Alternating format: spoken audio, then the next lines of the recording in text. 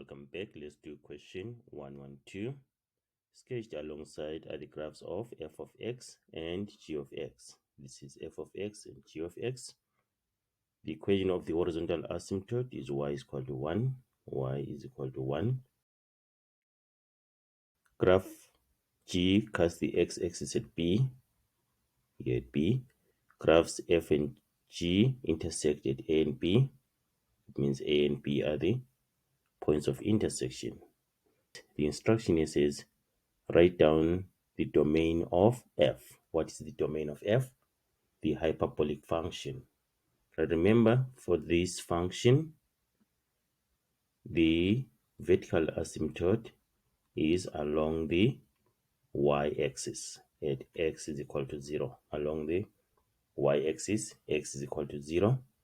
So meaning that our x values, remember the domain is the x values, will be from negative infinity up to infinity, but x cannot be equal to 0.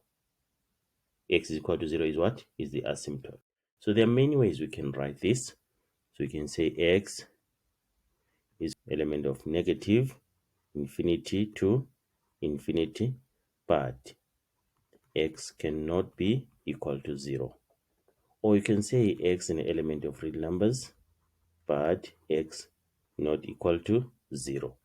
You can say that x is less than 0 or x is greater than 0. See, x is not equal to 0. It can be less than 0 or greater than 0. So x is another way of writing it. You can say x less than 0 or x greater than 0.